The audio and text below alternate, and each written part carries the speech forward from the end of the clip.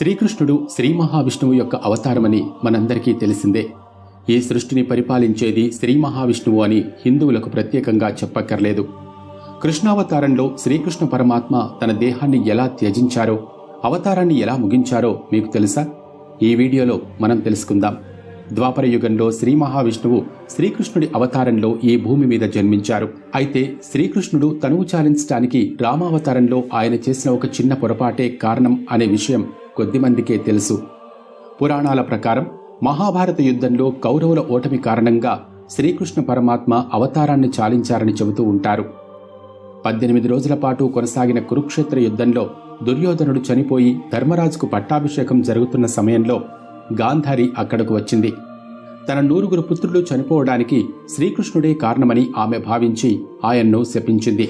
ఏ విధంగా అయితే కౌరవుల వంశం నాశనమైందో అదేవిధంగా శ్రీకృష్ణుడి యాదవుల వంశం కూడా నాశనమవుతుందని ఆమె శపించింది. మహాభారతంలోని మౌసల పర్వంలో ఈ విషయం గురించి చెప్పబడింది. మహాభారత యుద్ధం జరిగిన 35 సంవత్సరాల తర్వాత కృష్ణ పరమాత్మ దేహాన్ని విడిచారు. 35 సంవత్సరాల తర్వాత గాంధారి శాపం నిజమైంది. ఆ సమయంలో కృష్ణుడు తన యాదవ వంశస్థులు అందరినీ తీసుకుని ప్రవాస క్షేత్రానికి వెళ్లారు.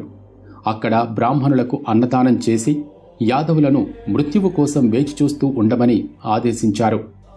ప్రవాస క్షేత్రంలో ప్రవేశించిన కొన్ని రోజులకు మహాభారత యుద్ధం గురించి సాత్యకి, కృతవర్మ మధ్య వివాదం తలెత్తింది.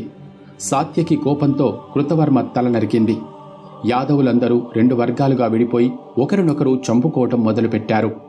ఈ గొడవల్లో శ్రీకృష్ణుడి కొడుకు ప్రద్యుమ్నతో పాటు సాత్యకి మిగిలిన యాదవులందరూ చనిపోయారు.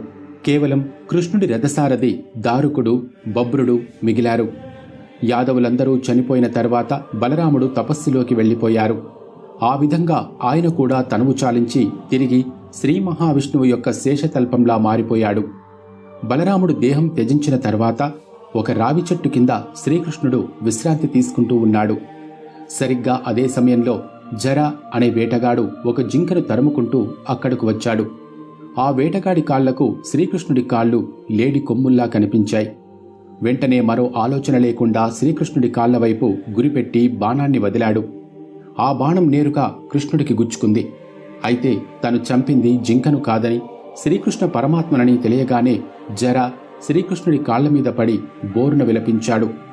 అప్పుడు శ్రీకృష్ణ పరమాత్మ జరను ఓదారుస్తూ, "నువ్వేమీ బాధపడకు, ఇది నేను పూర్వజన్మలో చేసుకున్న ఒక పాపకర్మ ఫలితం. రామావతార సమయంలో సుగ్రీవుడు, వాలి అనే 2 రాజులు ఉండేవారు. నేను చెట్టు వెనుక దాక్కుని వాలి అనే రాజును సంహరించాను. అందుకే నేను ఈ జన్మలో ఆ కర్మ ఫలితాన్ని తొలగించుకోవడానికి అదే విధమైన మరణాన్ని ఎంచుకున్నాను. నేను కోరుకున్నట్టుగానే నువ్వు ప్రవర్తించావు.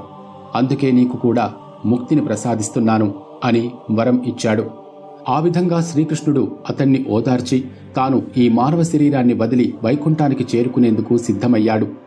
అప్పుడు శ్రీకృష్ణుడి దగ్గరకు ఆయన రథసారథి వచ్చాడు. ద్వారకకు వెళ్లి యాదవ వంశం మొత్తం నాశనమైపోయింది అని, బలరాముడితో పాటు శ్రీకృష్ణుడు కూడా శరీరాన్ని త్యజించారు అని, అందరినీ ద్వారక వదిలి వెళ్లిపోమని ద్వారకవాసులకు చెప్పమని తన రథసారథికి చెప్పాడు శ్రీకృష్ణ పరమాత్మ.